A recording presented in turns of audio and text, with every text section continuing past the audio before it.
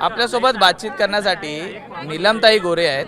ताई, ज्या पद्धतीने उपसभापती पदासाठी सचिन अहिर यांचं नाव समोर आल्यानंतर दबक्या आवाजात पक्षात नाराजीची चर्चा आहे। काही जण इच्छुक होते, त्यांनी आपल्या या इच्छेबद्दल पक्षश्रेष्ठींकडे पत्रव्यवहार देखील केलेला होता। मात्र अहिर जे कालपर्यंत आपल्यावरती टीका करत होते, टीका टिप्पणी चालू होत्या, त्यावरून कुठेतरी नाराजीची चर्चा रंगली आहे। मला काय वाटतं की मीडियाला कानामध्ये काहीतरी जादू सापडलेली आहे, त्याच्यामुळे कुठलीही चर्चा जी झालेलीच नाही आहे ती तुमच्यापर्यंत पोचते।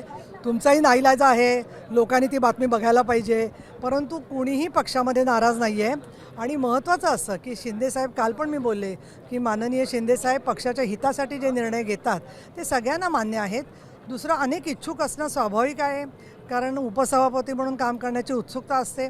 पण हे सगळं असलं तरीसुद्धा याबद्दलची ही जी नाराजीची चर्चा आहे, तर माझं तर असं म्हणणं आहे की जे तुमचे सोर्सेस आहेत आणि असं म्हणतायत आम्ही नाराज आहोत, तर त्यांनी मीडियासमोर येऊन बोलावं की कशाबद्दल त्यांची नाराजी आहे। आमदार झाले म्हणून नाराजी आहे स्वतः, इतरांना संधी न देता आमदार झाले म्हणून आहे का उपसभापती पदासाठी तेच पात्र आहेत, हे कन्व्हिन्स करण्यात पक्षाला ते कमी पडले म्हणून, का सचिन अहिरसारखा एक आमच्याशी अतिशय चांगलं परिचित असणारं नेतृत्व त्यांना जर का स्थान दिलेलं आहे ते योग्य नाही असं त्यांचं मत असेल, त्यांनी पक्षाकडे ते मांडावं। पण मीडियामध्ये अशा बातम्या जात असतील तर त्या निराधार आहेत असं मला नक्कीच वाटतं। ज्येष्ठ आमदार आहेत, त्यांनी या संदर्भात पत्रव्यवहार केलेला होता आणि शेवटचं वर्ष आमचं राहिलेलं आहे, त्यामुळे ते पद हे आम्हाला मिळावं असं काही जणांची मागणी होती।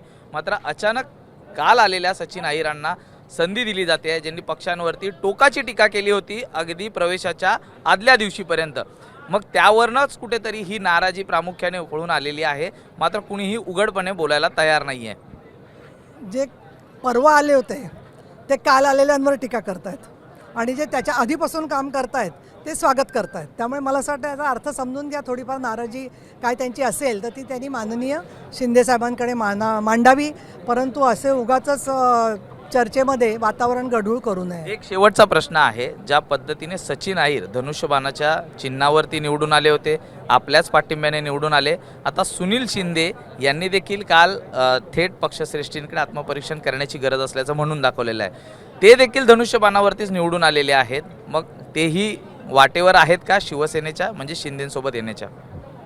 मला असं वाटतं की शिंदे साहेबां काय करणार आहेत ह्याचा तुम्हाला शोध लागला तर तुम्ही जगातली सगळ्यात मोठी डिटेक्टिव्ह एजन्सी ठराल, तसं काही होणार नाही आहे, त्यामुळे मी काही याच्यावर बोलणार नाही। ठीक आहे, आमच्याशी बातचीत केल्याबद्दल व्हिडिओ जर्नलिस्ट रोहितसह मी सूरज सावंत, एबीपी माझा, मुंबई।